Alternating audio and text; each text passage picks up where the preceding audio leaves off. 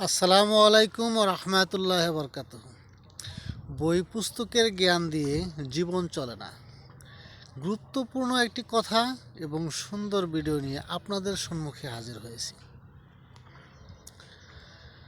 বই পুস্তকের জ্ঞান দিয়ে জীবন চলে না, তাহলে কেমন জ্ঞান দিয়ে, কোন জ্ঞান দিয়ে আমাদের জীবনটা পরিচালিত করতে হবে, সেই বিষয়টি আমাদের জানা খুবই জরুরি।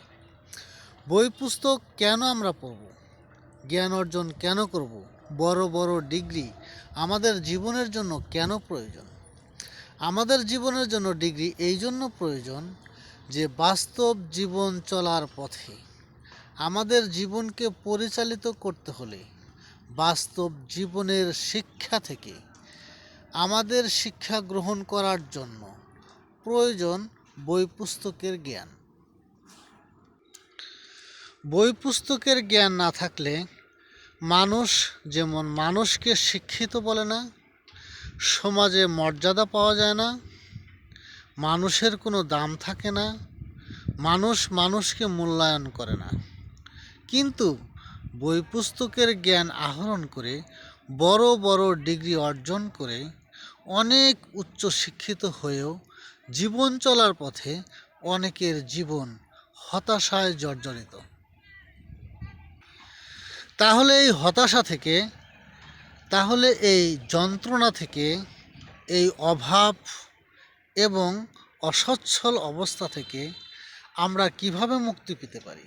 মুক্তি পাওয়ার একটাই পথ, জীবন চলার পথে তোমাকে বাস্তব জ্ঞানের সম্মুখীন হয়ে তোমার জীবনকে বই পুস্তকের জ্ঞানের সাথে সামঞ্জস্য রেখে চালাতে হবে সবসময়।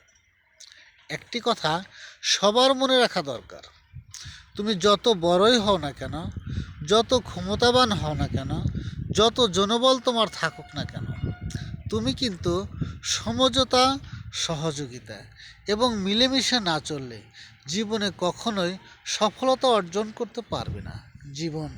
জীবনের মতোই চলে, কিন্তু বাস্তবতা অনেক কঠিন। এই কঠিন বাস্তবতাকে যদি তুমি সহজ করতে চাও, তাহলে একটি উপায় আছে,